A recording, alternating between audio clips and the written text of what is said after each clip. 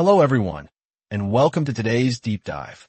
Today we are going to deconstruct one of the most buzzed about terms in cybersecurity, Zero Trust Architecture, or ZTA.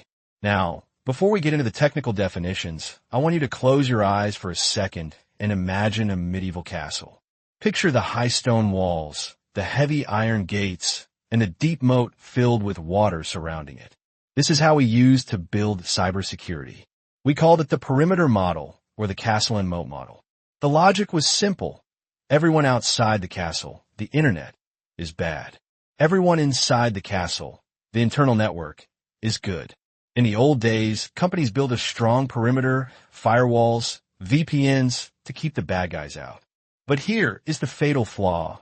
Once someone crossed that drawbridge, whether it was a legitimate employee or a hacker who stole a password, the security stopped.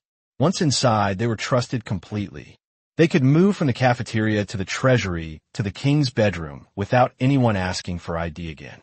In the industry, we call this being crunchy on the outside, but soft and chewy on the middle. Today, the castle model is dead. Why?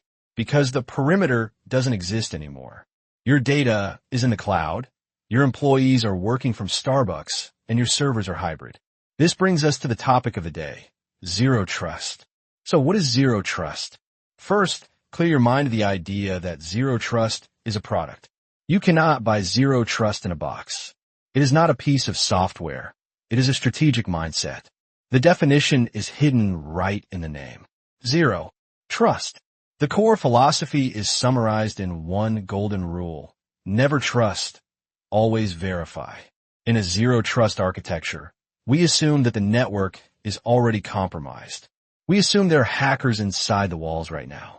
Therefore, no user, no device, and no application is trusted by default, regardless of whether they are sitting in the corporate headquarters or a coffee shop in Paris.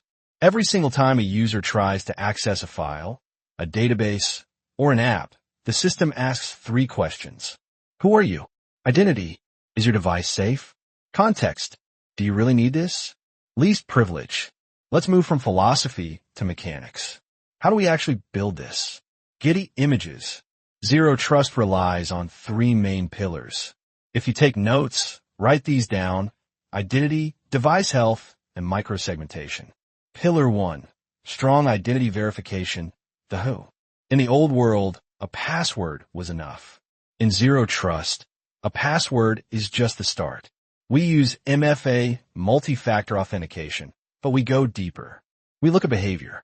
Example, if Alice from accounting usually logs in from New York at 9 a.m., but suddenly her account tries to log in at 3 a.m., zero trust blocks it. Even if the password is correct, the context is wrong. The trust is zero. Pillar 2, device health, the what. Just because I know you are Alice doesn't mean I trust your laptop. Is your antivirus updated? Is your operating system patched? Is your laptop a company-issued device or your personal iPad? If Alice tries to access the sensitive payroll database using her personal iPad that hasn't been updated in 2 years, zero trust says, I know you are Alice, but your device is a risk. Access denied. Pillar 3, micro-segmentation, the where. This is the most critical technical concept. Submarines are built with watertight bulkheads, separate compartments. If the hull is breached and water floods one room, the crew seals the door.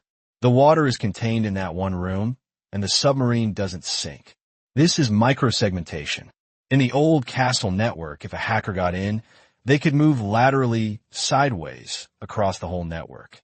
In zero trust, we chop the network into tiny, isolated zones. If a hacker infects the printer, they are stuck in the printer zone. They cannot jump from the printer to the database. The door is sealed. To really understand this, let's walk through 2 scenarios. Scenario A, the lateral movement attack. The setup, a marketing intern, let's call him Dave, clicks on a phishing link in an email. A hacker now has control of Dave's laptop. In the old way, castle model, because Dave is inside the corporate network, the firewall thinks he is safe. The hacker uses Dave's laptop to scan the network. They find a financial server. They jump from Dave's laptop to the server, deploy ransomware, and lock up the entire company's data. This is called lateral movement. In the zero trust way, The hacker takes over Dave's laptop. They try to scan the network. System response, blocked. Dave is not authorized to scan IPs. The hacker tries to connect to the financial server. System response, blocked. Dave is in marketing. His least privilege policy says he has zero access to finance. The attack is contained to Dave's laptop. The company survives. Scenario B. The remote worker at the coffee shop. The setup. The CEO, Sarah, is working from a hotel Wi-Fi. She needs to access a highly confidential strategic document. In the old way, Sarah connects to a VPN. The VPN creates a tunnel. She is now inside the network. She has full access to everything. If her laptop is infected with malware, that malware now has a free ride into the corporate center. In the zero trust way, Sarah opens the application. She is not using a VPN to join the network. Instead, she connects directly to the specific application via a secure broker. Step 1. The system checks her Face ID identity. Pass. Step 2. The system checks her laptop for the latest security patch, device health. Pass. Step 3. The system realizes she is on an unsecured public Wi-Fi. Context. The decision. The zero trust policy says Sarah is authorized, but the network is risky. The outcome. The system grants her access to view the document, but disables the download and print buttons to prevent data theft. This is adaptive access. For the more technical students among you, you might be asking, who makes these decisions? In Zero Trust, we separate the data flow into 2 lanes. The data plane. This is where the actual traffic flows, user to app. The control plane. This is the brain. Before any data moves in the data plane, it must get permission from the control plane. We call the decision maker the policy decision point, PDP. Think of the PDP as a very strict bouncer at a club. You walk up. The bouncer, PDP, looks at your ID, looks at your shoes, checks the guest list. If everything is good, he signals the policy enforcement point, PEP, the velvet rope, to open for 5 seconds, let you in, and then immediately close behind you. If you want to go to the VIP room upstairs, you have to face another bouncer. You have to verify again. That is the architecture in a nutshell. As we wrap up, I want to leave you with 3 key takeaways to remember. The perimeter is gone. We no longer trust a user just because of where they are. The castle walls have crumbled. Context is king. Identity is not enough. We must analyze the device, the location, and the behavior in real time.